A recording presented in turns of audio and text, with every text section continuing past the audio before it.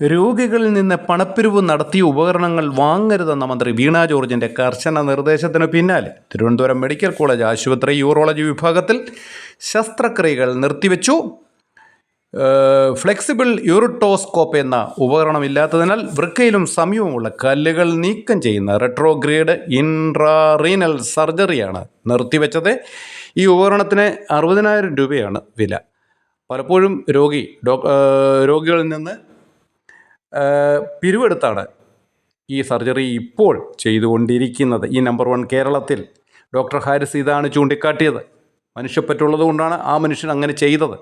പക്ഷേ ഇത് റിയാലിറ്റി ഇങ്ങനെയായിരിക്കെ അതൂടെ ഉള്ള കഞ്ഞിയിലൂടെ പാറ്റ ഇട്ടിരിക്കുകയാണ്.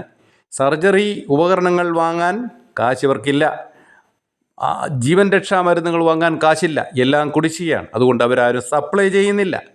പക്ഷേ ധൂർത്തടിക്കാൻ രാജാവിന് ഇഷ്ടം പോലെ പണമുണ്ട്. കേരളീയൻ നമ്മൾ കണ്ടു, ധൂർത്തടിച്ചു. എന്തു നേടി? നവകേരള തൂറൽ ബസ്സിൽ യാത്ര ചെയ്തു, കേരളത്തിലെല്ലാം എത്തി. എന്തു നേടി? ഇത് അടുത്ത ഉടായിപ്പായിട്ട് രാജാവ് ഇറങ്ങുന്നുണ്ട്. മീറ്റ് വിത്ത് CM എന്ന് പറഞ്ഞ ഒരു പരിപാടി, CM വിത്ത് മീ എന്ന പരിപാടിയാണ്. നിങ്ങൾക്ക് എന്ത് ചോദിക്കാൻ CM മറുപടി തരും. ഉദ്യോഗസ്ഥന്മാർ കൊണ്ട് അതിന് പൊടിക്കാൻ 20 കോടി പെയിൻ്റ് അടിക്ക് വേണ്ടി ചിലവഴിച്ചിരിക്കുന്നു. ഡ്രമ്മുമായിട്ട് അടിമകളെ വിട്ടിട്ടുമുണ്ട്. എങ്ങനെ ഇരിക്കുന്നു എൻ്റെ ഭരണം? യഥാർത്ഥ ജനങ്ങൾക്ക് വേണ്ട ആ പണം 20 കോടി എടുത്തിരുന്നുവെങ്കിൽ 29 കോടിയാണ് ഈ ഉപകരണങ്ങൾ സപ്ലൈ ചെയ്യുന്നവർക്ക് കൊടുക്കാനുള്ളത്.